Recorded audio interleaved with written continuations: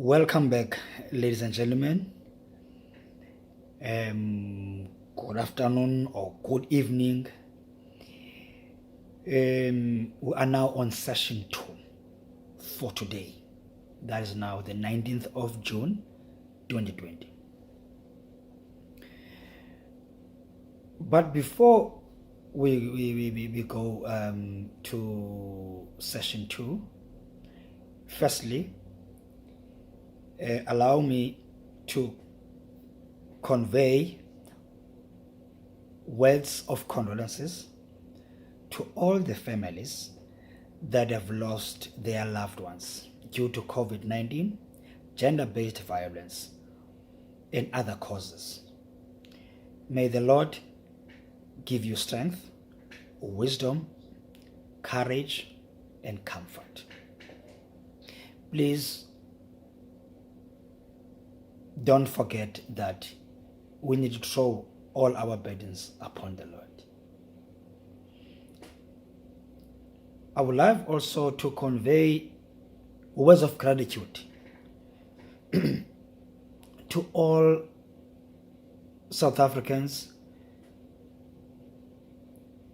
who have given a helping hand, and we have also given support morally and otherwise to everyone who's been affected by any kind of a painful experience, even to destitute families as well. We thank you, ladies and gentlemen. May the good Lord bless you. Ladies and gentlemen, coming to session 2, allow me first to wrap up with regards to now session 1. Session 1 was based on the introduction of and highlights of now the personal life of our leader, the late Professor Prof JJR Makasi, at the very same time giving you the position or the declaration of the church, which is Bantu Congregational Church of Zion, with regards to this day and the following days in this month. And then it was declared, as I said, as a month or days of remembrance. And then we gave details in as far as how we're going to observe that without compromising the doctrine of the church, and then also the authority of the Bible. Now, remember, I also mentioned Mama Unotutu, which I don't give more details about her, who is my grandmother. Just to be brief, she was loved by Bishop JJR Makasi. Tadu Gautini was the first one to be called out of this world, and then Tadu Jongile was left with her only. Now, she was a Christian, a stubborn one, a strict one as well. She was strict and stubborn. But that is not a proper word to use when you are referring to an elder person in our culture. So please forgive me for that.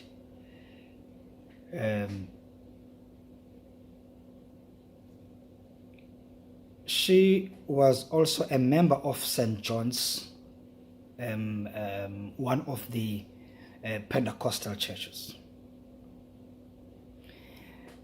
Both of my grandparents, that is now Tado Gautini and also grandfather Mama Unotutu,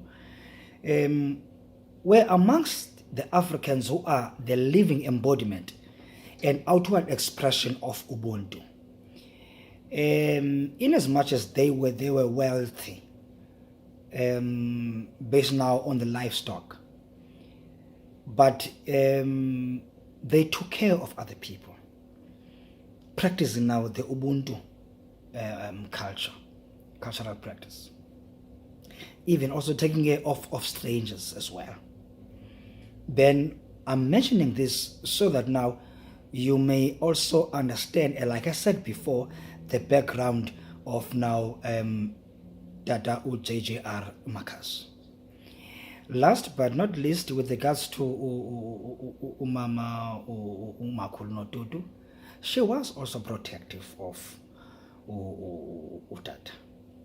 Then, which makes one to understand how also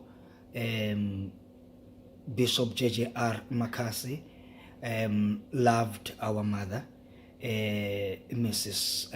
M.N. Makasi. I won't mention her name. M.N.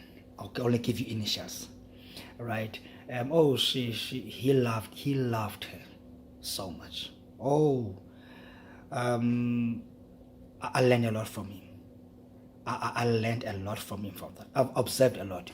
By the way, it's not for the time for me to share my personal encounter at this juncture, because like I said, I'm speaking to you now as the General Secretary of the Church. So I'm just mentioning now certain observations. But I will come to the impact that now his life has now of his life has affected me personally. Last but not least, like I said, even the name Mtsineni, which is my name, was given to me by Umama Unotutu as a word, and it was part of her last post. By that time, she was not well. She was really not well.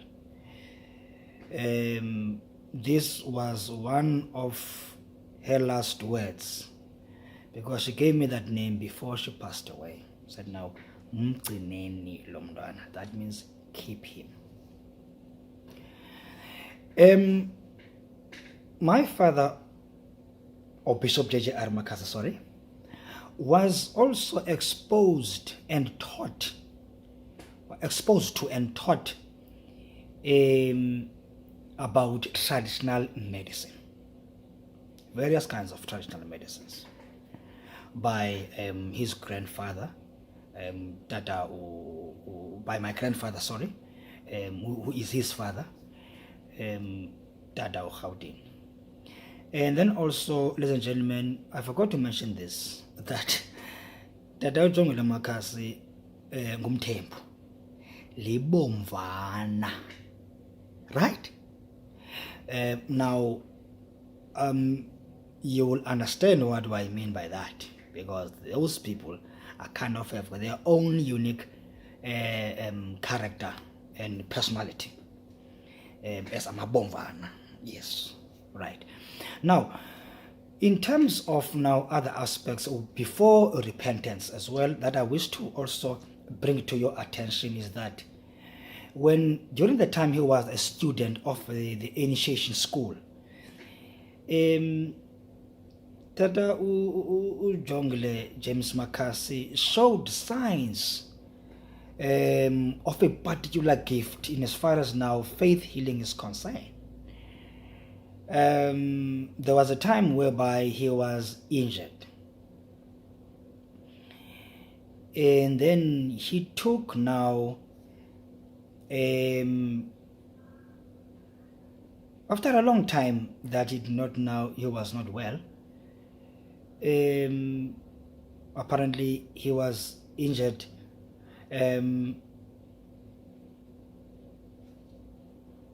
at least not inside, not internally, externally.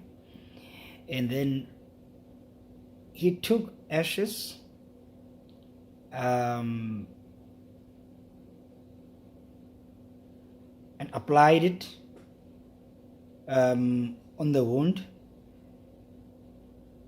and thereafter he prayed.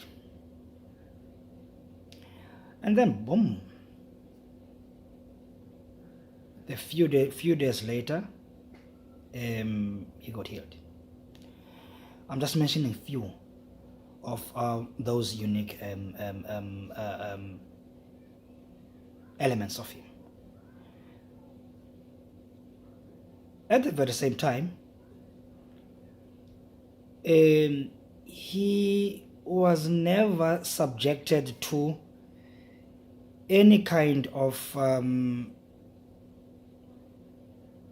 normal illnesses, fever, stomach ache, whatsoever, headache, whatsoever.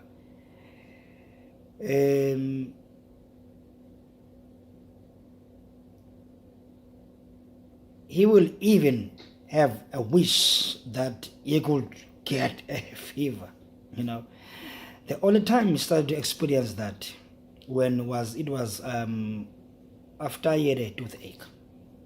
Then it had to be, he went to a dentist.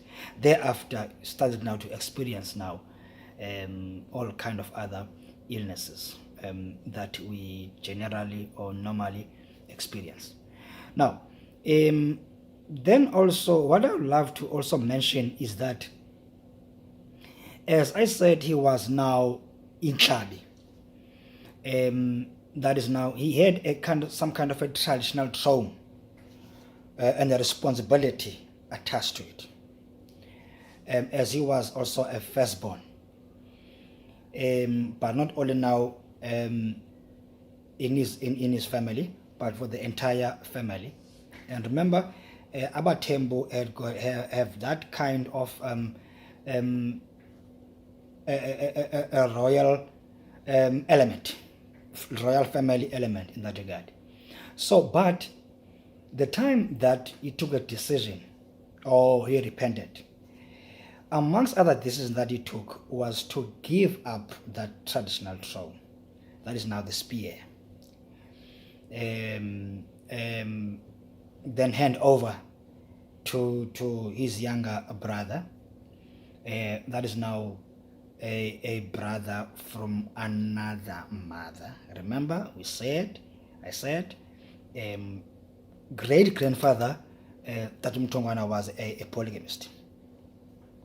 So he gave up and hand over the traditional throne and responsibilities, as he was now committed to the line of now Christianity.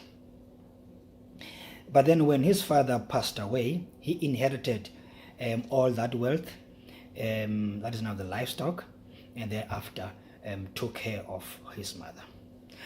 Now, in the meantime, we are done with now the highlights of his personal life. In fact, even the introduction, by the way, it's an introduction. It's highlights of the introduction. It's the highlights of the introduction. Like I said, now everything else is now written in the church history book, and then also in his profile as well. But the two documents, his profile, and then also the church history book, and then also lastly, the memory booklet as well, where all of us as church members, even families, we are also sharing our memories with regards to our personal encounter with him, the impact that he has in his lives. All right. Now, coming to now the church business, even here in session 2, like I said before, I'm only gonna give you thought-provoking questions, which will lead you to session 3. So, to stimulate your thoughts, allow me to first now take you back to a political background and the political landscape of our country, of our beloved country. Now, remember, as you know, that before 1948, if I'm not mistaken, black people were oppressed. Even before the introduction of now apartheid system, were oppressed through colonialism. Now, South Africa was a British colony. In close, I would say, uMzansi Africa ibilithanga leBritain. All right. Now, let's go let's look at the term Abantu. Bantu, first of all, it comes from a stem of the noun ntu. Ntu means person. Now, when it comes to a singular, you will say umntu. Then when it comes to a plural, you will say abantu. So when you refer to abantu, you mean people. Now, then hence now the culture of Ubuntu, which is humanity. Humanity. Yes, all right. Now, that definition was altered by the architects or the agents of colonialism. One of them I remember is John Creed, but I'm not sure. I'm not sure about the pronunciation. But he now defined Bantu. Said now not Abantu, I said Bantu, and took out Iceba. You know, almost in grammar, guys, Iceba is a sagelo. So he took out Iceba, which is now A, and then now defined Bantu. Bantu was now given as a term to describe a family of language spoken mainly by southern and eastern Africans. Right. Now,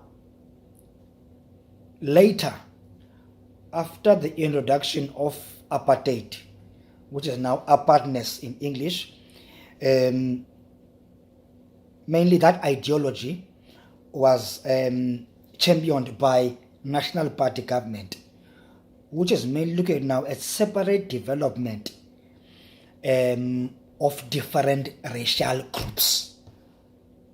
So they also redefined this term Bantu, in addition to the colonial definition that was now altering the original meaning of the word.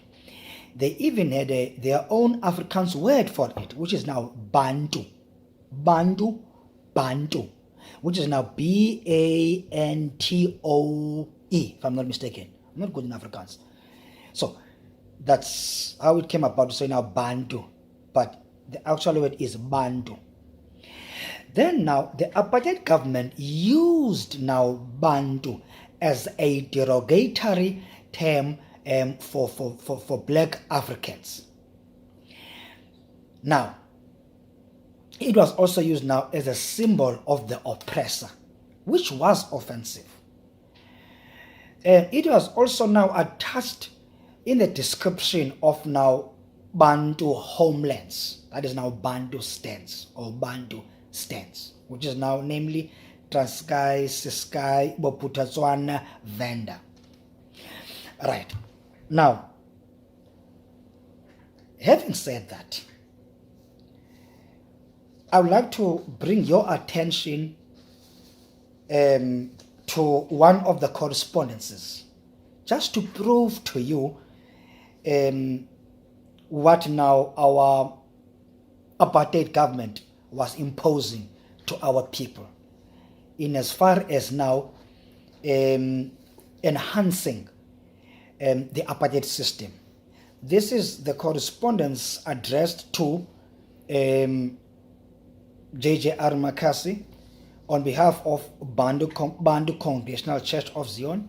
It's dated the 2nd of April 1975. They are responding to the letter that now he wrote on behalf of the church, dated now 22nd of July 1968. Now, during the apartheid era or the government, churches were registered under the department of Bantu administration and development.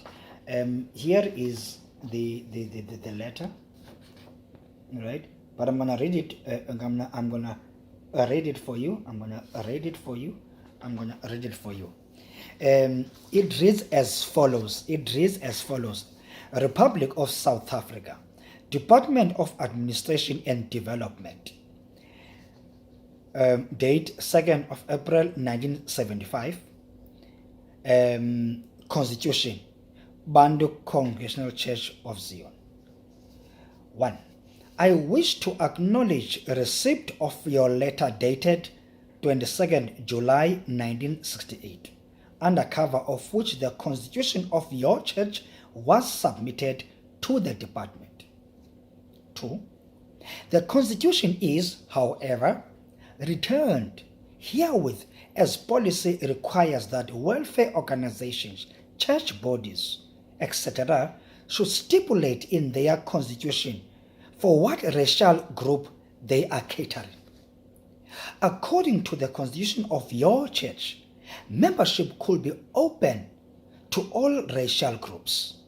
The danger here is that if other racial groups should join your church in large numbers, the executive of your church may be dominated by such groups, and it is therefore suggested that a separate clause be inserted that only Bantu may qualify for membership. 3. I may point out that any organization or body which is not controlled exclusively by Bantu will not be permitted to purchase any property in Bantu homelands. 4. Failure to exclude non-Bantu from membership will, however, not disqualify a church organization to obtain church sites by permission to occupy in the homelands on condition that the applicant church meets the other requirements of the department. Yours faithfully. Right? Those are the challenges. Then, so you'll understand now why there's been a challenge with regards to the word Bantu, based now on what was imposed by the apartheid system. Now, also there were challenges faced by churches in as far as now the establishment is concerned, for them to be registered by the government. But even so, like we said now, that apartheid was now an ideology of separate development for different racial groups. In as far as now the requirements, they differ from one race to another, and even from a particular some kind of a denomination to another. So, I will speak now based now on Zion churches, one of the indigenous churches that were established by our own people. Now, the challenge was that now the requirements will differ from one African racial group to another, which one with either enhanced or promoted tribalism and division amongst the Africans.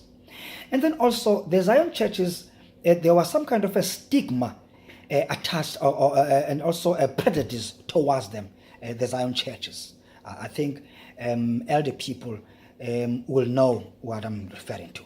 Even the members of the Zion churches will remember that you were even ashamed when you introduce yourself, when you've been asked to which denomination you belong. You will be hesitant to mention Zion because you will know that now people will laugh at you, making mockery, and all sorts of kind of prejudice towards this, even from our own people, by the way. So never underestimate the apartheid system and their its brutality as well, and even the methods of now dividing our people, creating animosity amongst our people. All right, I was coming out with the issue of registrations. Now, for the Xhosa speaking people, it was difficult to establish, to register the Zion churches. One, there were, amongst others, the following requirements. One, you must have 10 branches that are already established. That's point number one.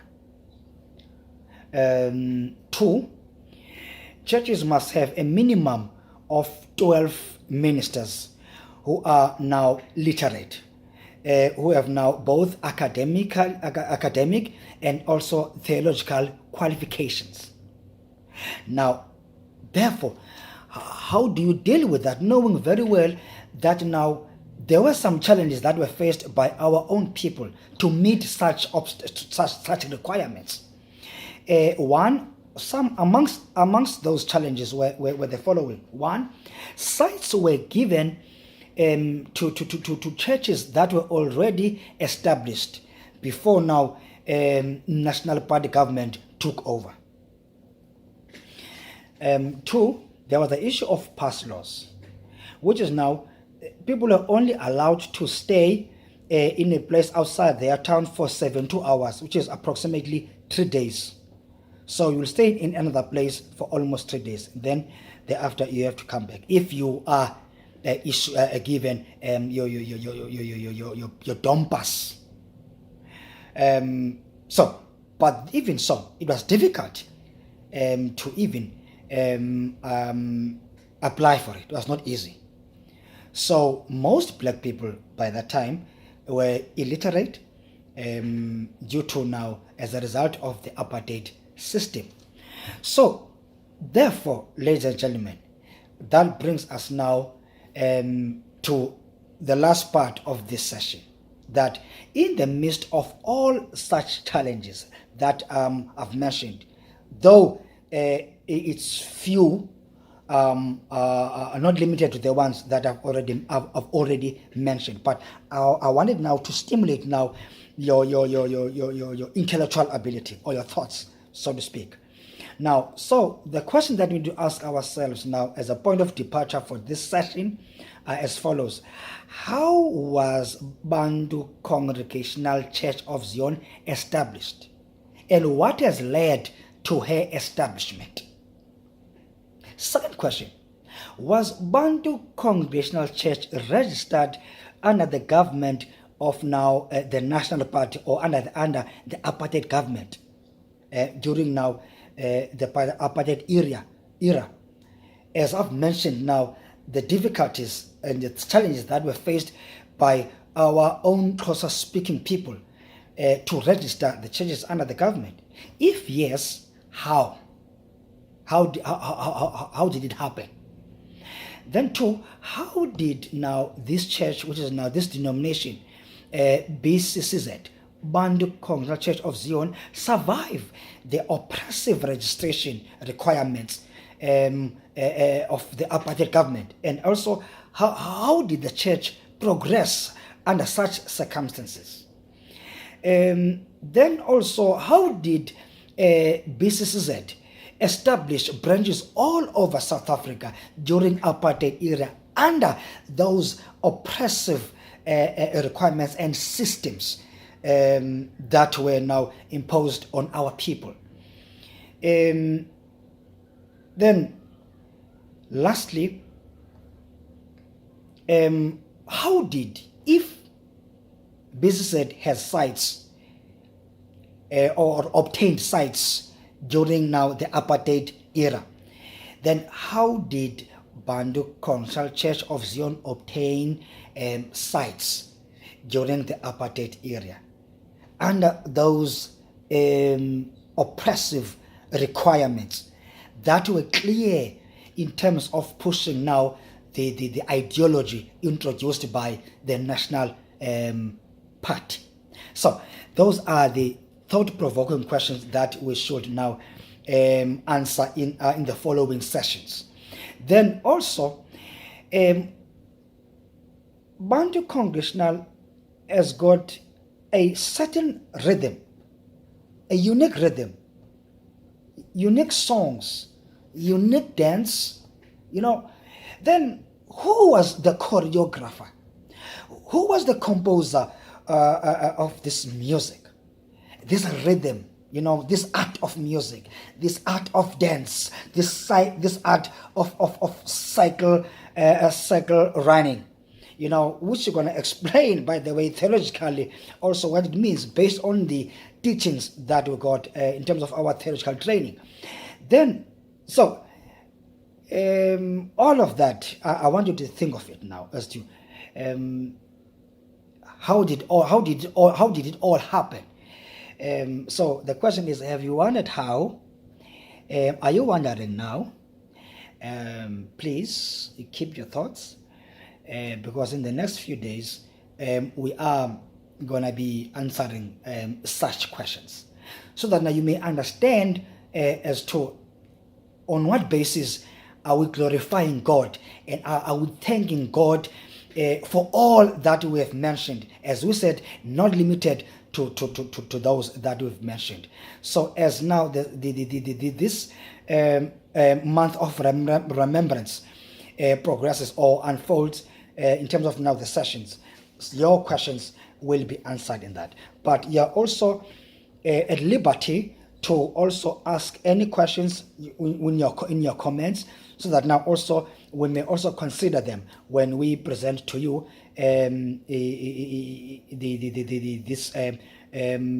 this process of now, or this event of the month of remembrance. So in closing, may I share with you what you call in nowadays a worship song, though you don't call it a worship song. I'm going to share with you. This is one of the unique worship songs, we don't call it worship songs in our church, which now has been composed by someone. We're going to share with you who is that someone. Thereafter, we're going to share you just now one of the songs that were composed as well, which is now currently being sung by many churches, Zion churches, countrywide, and even the kind of dance is also now, shall I say it, emulated. People are emulating someone, which is not wrong. I'm not saying it's wrong, but let me share that with you now at this point in time.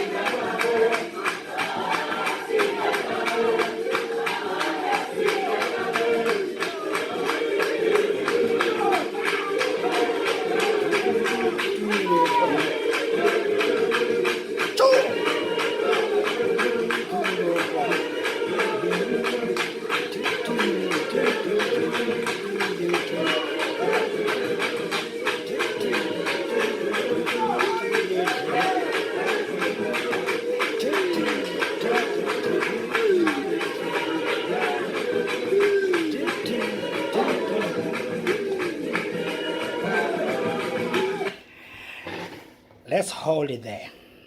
Let's hold it there. Hold it.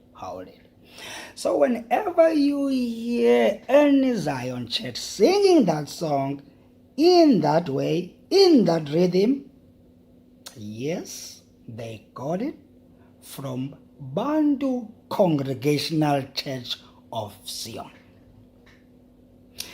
Now, the basis of the composition of that song, Wenyuka Uzion, is based on the Beatitudes. Don't worry, we're going to share with you what I mean by that.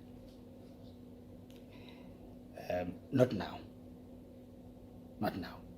But go to your Matthew chapter 5, first verse, and so forth. Before now, Christ taught his disciples. Let's hold it there. See you in the next session. When? Only God knows. Remember, the world, he's got the whole world in his hands. He's got the whole world in his hands. So tomorrow, I may be no more. Even so, somebody else will continue with this session in my absence if the Lord has called me. Even so, remember as well, I have been delegated by my bishop, my leader, whom I love and respect, Bishop JJR Makasi, with the powers vested upon him to delegate me in such responsibilities of this nature. So I would like to convey my sincere gratitude to him, and may God bless him.